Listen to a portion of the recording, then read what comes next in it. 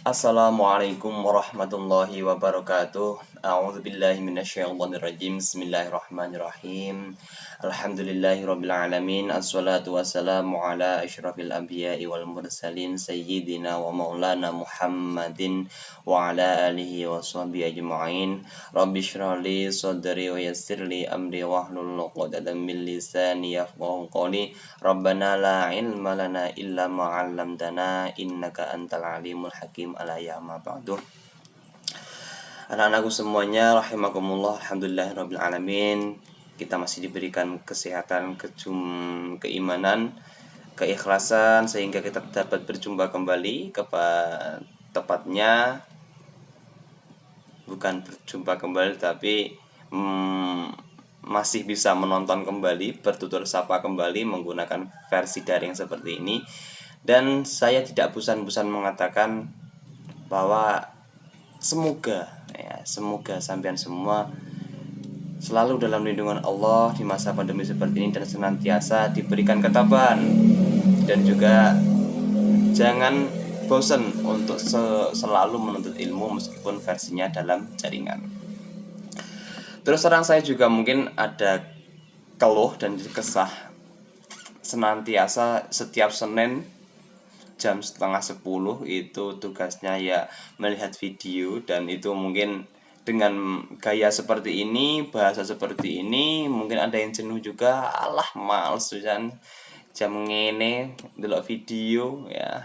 Tapi ya memang seperti ini keadaannya. Dengan masa pandemi, saya harus tetap memberikan materi kepada sampean. Kula harus memberi materi karena ini memang tidak serta-merta cuma saya memberikan bahan ajar saman terus saya kasih tugas. Maka saya memberikan sedikit video yang intinya memberikan materi. Dan saya mohon maaf nanti apabila dalam semua video pembahasan saya kulo itu mengatakan dengan ribet saya kulo, karena ya itu tadi basic saya adalah mungkin gini. Kulo itu bingung mengatakan kulo atau saya, karena kalau ketika kita berpapasan, kita berpapasan dimanapun di sekolah, enak ngomong saya atau kulo itu enak. Tapi kesannya kalau dalam video itu inginnya mengatakan saya dengan formal itu, tapi kok angel gitu loh, sulit mengatakan karena ya yang saya hadapi adalah kamera, bukan anak-anak ataupun sampean semua ndak. Kalau kan gimana ya, kalau sampean itu kan bisa diajak interaksi, oh gimana, terus dari mana. Lah kalau saya menghadap kamera ya seperti ini alhasil, cuma ngomong sendiri menghadap kamera. Kalau ada pun salah nanti saya cut sendiri terus nanti saya barani lagi, saya ulang lagi. Waduh, malah repot. Ya mau gak mau memang seperti itu. Maka bukan hanya, sebenarnya kalau kita mengatakan males ya, kita mengatakan bosan, ya bukan hanya sampean, saya juga males. Ya apa lo, setiap pagi saya harus menggunakan media, saya harus cari laptop, saya harus rekam video, take video, cari footage. Kalau salah nanti ya saya kembali lagi. Tapi ya ini memang kewajiban saya sebagai orang yang posisinya mendidik sampean, mengajar kepada sampean, dan sampean sebagai orang ataupun murid yang senantiasa seharusnya belajar. Maka ini adalah kewajiban kita semua. Nah, jadi saya selalu mengharapkan sampean senantiasa tetap terus untuk memantau seperti ini video. Kalau ada video ya sampean lihat videonya, kalau nggak ada, kalau diberikan materi oleh Bapak Ibu guru ya silahkan dilihat, dikerjakan semampunya. Semampunya. Oke, saya kira itu untuk sekedar intermezzo. Kita langsung masuk bab materi karena kita sudah ketinggalan satu pertemuan, karena minggu kemarin sampean libur. Saya juga libur sebenarnya. Kita libur, kesannya ngejas. Kita semua libur untuk hari Senin, maka kita ketinggalan satu kali pertemuan yang mana itu seharusnya bisa digunakan untuk mengerjakan tugas sampean. Oke, untuk hari ini kita review sedikit ya untuk kemarin, bahwa kemarin bab 2 yaitu taat kepada Allah dan Rasulnya. Yang kita tahu bahwa di era sekarang ini, di pandemi ini, kita juga harus taat kepada Allah, kepada Rasul, dan juga kepada ulil amri, pemerintahan. Ya, bab 2 mengajarkan bahwa taat kepada Allah itu sangat sangat sangat wajib dan penting. Apalagi kita sebagai hamba Allah, makhluk Allah, senantiasa taat kepada aturan Allah. Kalau Allah sudah berfirman, puasalah, ikuti ma'alikum siyam, ya kita puasa aja. Terus yang kita anut siapa? Yang kita anut itu tentu ada Rasul Nabi Muhammad SAW. Nah, kemarin saya sudah mengatakan bahwa ati Allah wa ati Rasul wa ulil amri minkum. Di era pandemi ini, wa ulil amri minkum itu sangat penting. Taat kepada pemerintah itu juga sangat sangat penting. Nah, mungkin ini yang harus saya sampaikan, taat kepada Allah, taat kepada Rasul itu memang mutlak. Artinya ketika Allah sudah berfirman seperti ini, maka mau tidak mau kita harus seperti ini. Kita diharuskan oleh Allah untuk mengerjakan sholat, menunaikan zakat. Ya kita harus senantiasa, apapun kondisinya kita harus tetap sholat. Apapun kondisinya, kalau sampean itu hebat, kalau sampean itu mampu, kita harus senantiasa menunaikan zakat. Jangan sampai menunda-nunda. Karena kalau Allah sudah berfirman, Rasul juga sudah memberikan contoh, maka kita saklek. Artinya kita sebagai orang muslim yang taat kepada Allah dan juga Rasulnya, kita harus senantiasa menjalankan perintah Allah dan Rasul, dan juga menjauhi larangannya. Nah, taat kepada pemerintah, kita bahas tentang taat kepada pemerintah. Mungkin ini ada sedikit perdebatan, mungkin dengan guru satu dengan guru yang lain, persepsi saya, pendapat kulo dengan pendapat saya mungkin berbeda.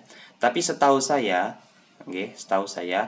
untuk taat kepada pemerintah itu ada kalangannya. Dikala ketika pemerintah mengajarkan kepada syariat yang benar, artinya tidak melenceng terhadap syariat yang kita punya, maka itu tidak masalah. Contoh seperti ini, ketika undang-undang atau adapun kita semua diharuskan beribadah, ya kita semua ya senantiasa harus beribadah. Karena orang muslim ya senantiasa mendirikan sholat, beribadah di masjid, di musola, di langgar, seperti itu. Tapi kalau orang-orang yang Buddha, Hindu, ya mereka beribadah di tempat mereka sendiri. Kalaupun ada aturan pemerintahnya mengatakan kita sebagai orang muslim harus sholat di gereja, harus sholat di pura, nah itu yang seharusnya tidak kita lakukan. Maka perbedaan taat kepada Allah dan Rasul ya itu mutlak. Kalau taat kepada pemerintah itu harus ada batasannya. Selama tidak keluar dari koridor Islam, syariat agama Islam, maka kita senantiasa harus selalu untuk menaatinya. Contoh ya seperti ini di era pandemi ini.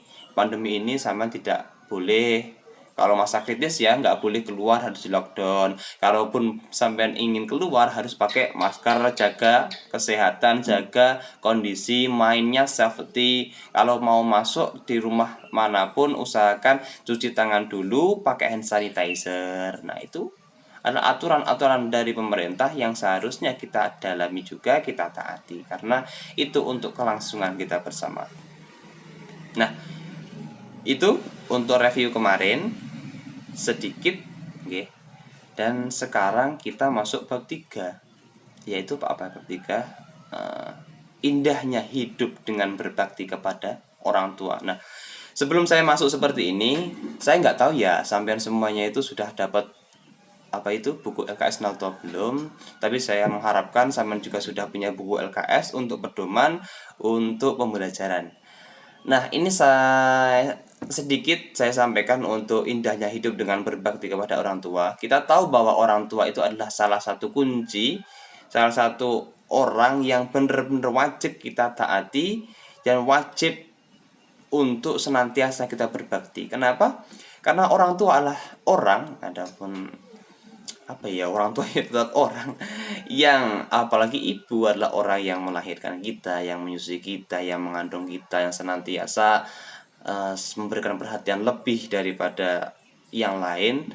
Apalagi kita notabene adalah anak daripada ibu. Orang tua itu memang ya seperti itu. Ibu tugasnya sendiri, ayah tugasnya sendiri. Kalau ayah itu memberikan nafkah, ibu itu senantiasa ia memberikan lebih daripada lebih. Saya nggak bisa mengatakan versi-versi apapun ya, tapi orang tua itu memang seperti itu. Kadang ada yang mengatakan, oh orang tua saya itu kesannya nggak memberikan kasih sayang terhadap saya, Pak. Enggak, sebenarnya mereka itu memberikan kasih sayang kepada sampean mungkin dengan cara yang berbeda. Nah, ada yang mengatakan orang tua saya itu garang, galak kepada saya.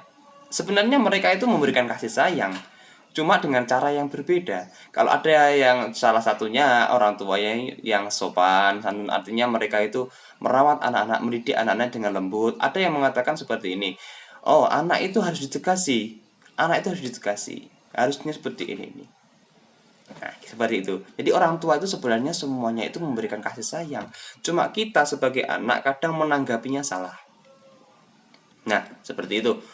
Ini banyak sekali hadis dari riwayat Muslim yang mengharuskan orang tua, hadis Imam Nasai menghargai orang tua, terus hadis yang tidak boleh menurhakai orang tua. Nah, itu awal pengantar untuk materi hari ini. Nah, tugasnya, iya. Karena kita sudah bertemu bukan cuma 1 kali 2 kali, ya memang 2 kali atau 3 kali, ya. Tugasnya, silakan dicatat. Tugasnya yaitu mengumpulkan tugas yang sudah dikerjakan.